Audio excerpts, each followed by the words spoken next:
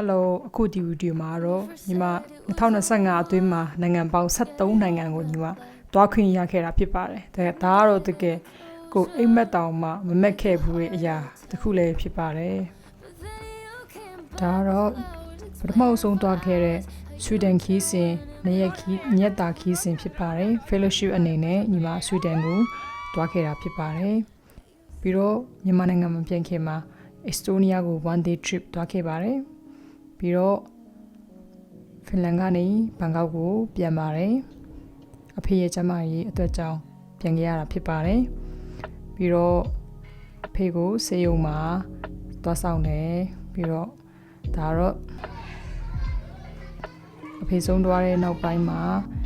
ဒါတော့ကလေးတင်တန်းတွေမှာလည်းပါဝင်ဖြစ်ခဲ့ပါတယ်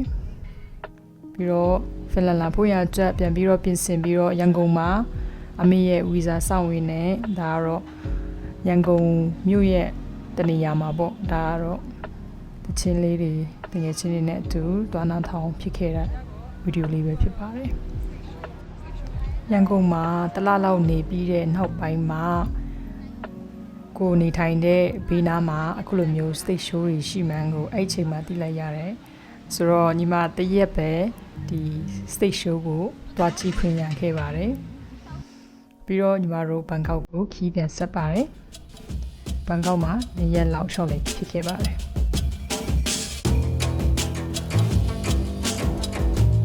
ပြီးတော့ညီမတို့ဖင်လန်ကိုတွားဖို့ရဆက်ပြန်ပြီးတော့လုပ်ပါတယ်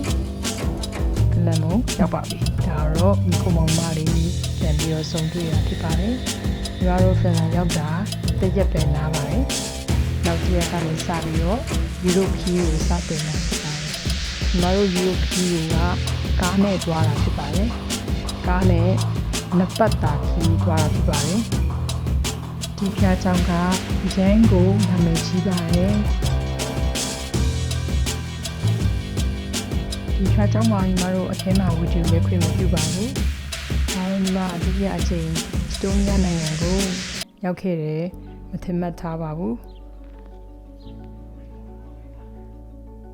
ပြီးတော့ဒါကတော့လတ်ဗီးယားနိုင်ငံမှာပဲဖြစ်ပါတယ်ပြီးရနဲ့ညီမတို့လတ်ဗီးယားနိုင်ငံမှာတော့ညီမတို့မသေးပါဘူးခီးဆက်တယ်ခီးဆက်ပြီးတော့ညီမတို့လီထိုးနီးယားနိုင်ငံဆိုတဲ့နေရာကိုရောက်ရှိခဲ့ပါတယ်ဒါတော့လီထိုးနီးယားနိုင်ငံလို့ခေါ်ပါတယ်ဒီနေရာမှာညီမတို့က LVIP မှာငားပါတယ်ဈေးလဲတော်တော်လေးတာနေလို့ပြောလို့ရမယ်မြန်မာပတ်စံနဲ့ဆိုရင်4သိန်း3သိန်းကျော်ဝန်းကျင်နဲ့ညီမတို့ဒီတညဒါနားဖွင့်ရအတွက်အရန်ဆင်ပြေတယ်အောက်မှာ2ယောက်အိတ်နဲ့အပေါ်မှာ2ယောက်အိတ်လို့ရပါတယ်ချက်စားလို့လည်းရပါတယ်မိဘူးချောင်းတွေရေခစ်တာတွေအစုံရှိပါတယ်ပြီးတော့ညီမတို့ပိုလန်ခီးဆက်ခဲ့တယ်ပြီးတော့ပိုလန်ရဲ့အပြန်မှာချက်ဒါတော့ချက် Republic မှာဖြစ်ပါတယ်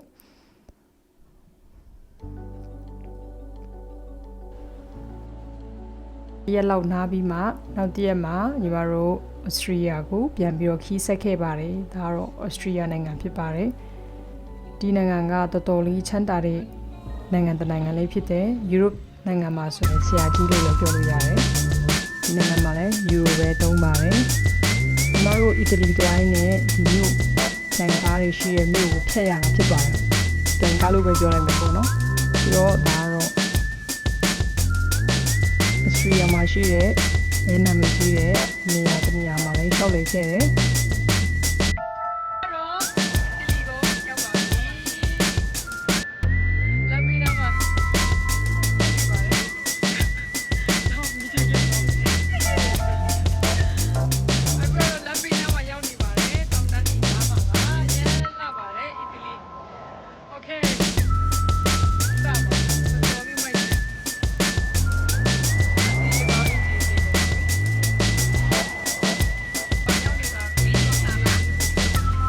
ပြီးတော့ညီမတို့ပထမဆုံးအီတလီရောက်တာနဲ့ညီမတို့တွားခဲ့တဲ့နေရာကတော့ Venice မြို့ပဲဖြစ်ပါတယ်။အီတလီနိုင်ငံ Venice မြို့ဒါတော့အီတလီတွားတဲ့ဒီတိုင်း Venice ကိုရောက်တဲ့ဒီတိုင်းမရှိသလောက်ပဲ။ဆိုတော့ဒီနေရာကအရန်ကိုနာမည်ကြီးတယ်။ညီမတို့တွားတဲ့အချိန်မှာလည်း tourist တွေတော်တော်လေးများတယ်။ပြီးတော့ညီမတို့ကဘုတ်မစီးမလို့လောက်တာပေါ့နော်။ဒါပေမဲ့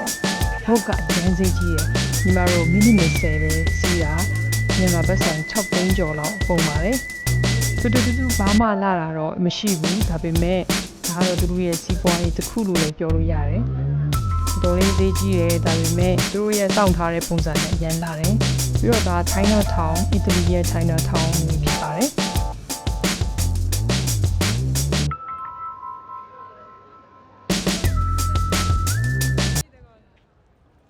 ပြီးတော့ညီမတို့ဝီနီစ်မှာတရက်နာပြီးတော့မီလန်ကိုခီးဆက်ခဲ့ပါတယ်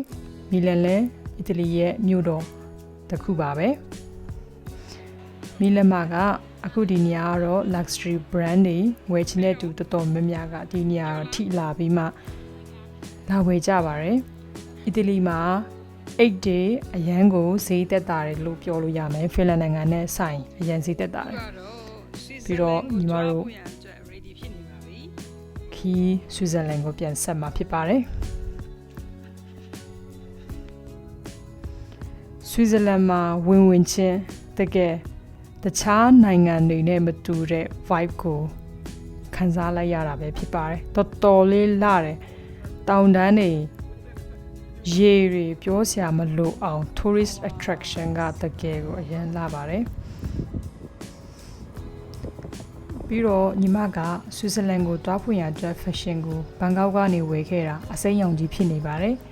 ဆိုတော့ဆွစ်ဇာလန်ကိုတွားမယ်ဆိုရင်အင်ဂျီအစိမ်းရောင်မဝယ်ပါနဲ့ဘာလို့လဲဆိုတော့ဆွစ်ဇာလန်ကအကုန်လုံး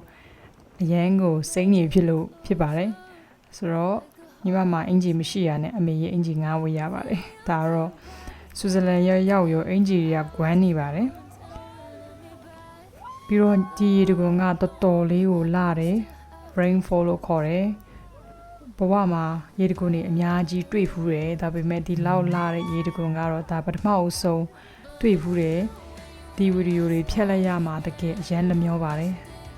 ပြီးတော့အပြင်မှာဒီထက်ပိုလာပါတယ်အပြင်မှာအရန်လာတယ်ပြီးတော့ညီမတို့ဇူရစ်မြို့ကိုပြန်သွားတယ်ဒါကတော့ဇူရစ်မြို့ဆွစ်ဇာလန်ရဲ့မြို့တော်ဇူရစ်မှာညီမတို့ပြန်ပြီးတော့တဲတယ်ပြီးတော့အခုမြင်တွေ့နေရတဲ့အရာကညဖြစ်တယ်ပေါ့နော်နေ့လေမဟုတ်ပါဘူးဒါည9နာရီဝန်းကျင်လောက်ရှိပြီအကုန်လုံးကမနေ့နေ့လေလိုမျိုးရှောက်သွားနေကြတယ်ဒါကတော့ European lifestyle ဖြစ်ပါတယ် Europe မှာကညမှနေထွက်နေလဲမဝင်ဘူးဆိုတော့ဒါကတော့အကုန်လုံးကတော့ဒီလိုမျိုးနွေရာသီမှာအပြင်မှာအချိန်ဖြုံးရတာကိုအကုန်လုံးကအရန်ကြိုက်ကြတဲ့အရာတစ်ခုလဲပြောလို့ရပါတယ်ပြီးတော့ညီမအမြဲတမ်းပြောနေတဲ့ Europe ကိုလာမယ်ဆိုရင်နွေရာသီအချိန်မှာပဲလာပါအရင်လာပါတယ်ဒါကတော့ဂျာမနီနိုင်ငံဖြစ်ပါတယ်ဂျာမနီမှာညီမတို့တရက်သေးပါတယ်ပြီးတော့နောက်နေ့မှာညီမတို့တင်ဘောနဲ့ညီမတို့ဖင်လန်နိုင်ငံကိုပြန်ပြီးတော့ပြန်ဖွင့်ရကြလောက်တာဖြစ်ပါတယ်ညီမတို့ဗီဒီယိုမှာကတော်တော်လေးပြီးသွားသလိုမျိုးထင်ရပေမဲ့နှစ်ပတ်လုံးကားနဲ့ခီးသွားရတာကလွယ်တော့မလွယ်ဘူးပေါ့နော်ပြီးတော့ဖင်လန်နိုင်ငံကိုပြန်ပြီးတော့လဲဖင်လန်နိုင်ငံမှာလည်းညီမအပတ်တိုင်းမအားပါဘူးပို့ပြီးတော့ခီးထွက်ရပါတယ်ဆိုတော့နောက်နှစ်ကနေပတ်စံစားစုမယ်ပေါ့နော်ဒီနှစ်ကတော့ထားလိုက်တော့ဆိုတော့sorry အခု2026ရောက်နေတာမေ့သွားတယ်အားလုံးပဲ see you in next video ပါအားလုံးကိုကျေးဇူးတင်ပါတယ်